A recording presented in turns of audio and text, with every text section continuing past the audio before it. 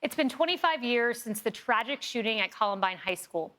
And for all that time, the legacy and memory of 17-year-old Rachel Joy Scott, who was killed in that shooting, has changed lives, including my own. The organization, Rachel's Challenge, founded by her father, Darrell Scott, has trained more than 30 million students, educators, and parents on school violence prevention and preventing self-harm, saving, listen to this, 150 lives annually and averting 9 school shootings. Joining us now is the founder of Rachel's Challenge, Darrell Scott. Darrell, you and I are friends. It's an honor to have you on. And I want to begin by sharing with you and bringing up the impact Rachel Joy Scott had on my life. She changed my life. She changed my walk as a Christian. And I want to put forward some of her journal entries. You discovered 6 of her journals after her passing. And here are some of the things that she wrote. She really had a kind of, I would say, premonition of what lied ahead. She wrote this 11 months before Columbine. "This will be my last year. I have gotten what I can." That was in her journal. She also traced her hand, and you'll see this here for our viewers. "These hands belong to Rachel Joy Scott and will someday touch millions of people's hearts. Indeed, they have."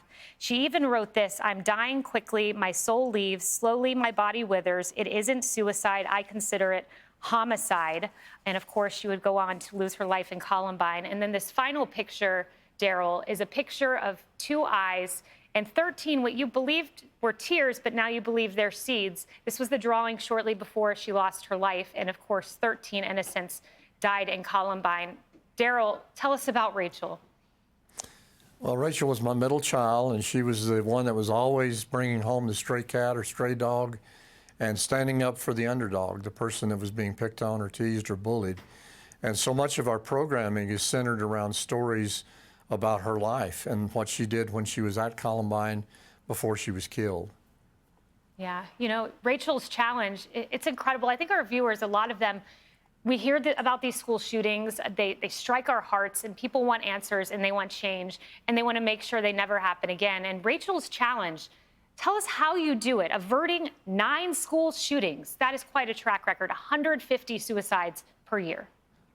Well, the Centers for Disease Control tell us that the #1 reason for suicide is kids not being connected, not feeling a part of something. And almost every school shooting is a suicide with homicides involved. The young men or young women that go into the school know that they're going to die. It's a suicide by homicide kind of approach. So we go into schools and we share Rachel's story through an assembly.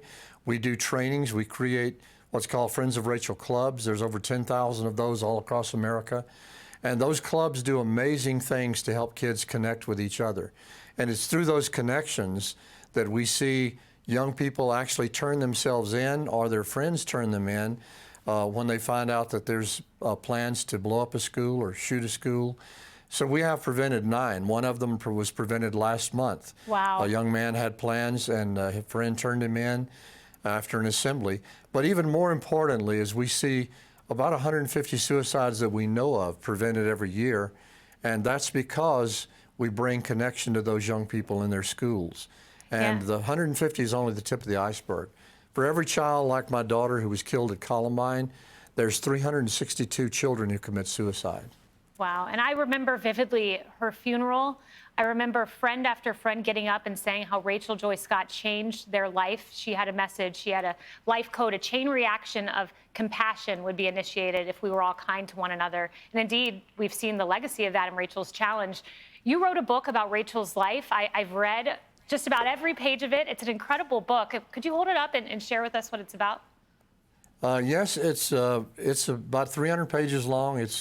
It's a detailed account of not only her life and death, but the aftermath, the legacy that she's left behind, the millions, 31 million children that have been affected by her life and her story over the last 25 years. And it has over 60 QR codes that lead to videos. So it's not just a book. It's also full of video clips that young people can go to and find out more about her life and her legacy. Well, Rachel has changed many lives. She has saved many lives. There was a lot of darkness on the day of Columbine, but her light shined brighter, and it's changing lives today, and so are you. Thank you, Darrell Scott. Thank you, Kaylee. I'm Steve Ducey. I'm Brian Kilmeade. And I'm Ainsley Earhart. And click here to subscribe to the Fox News YouTube page to catch our hottest interviews and most compelling analysis.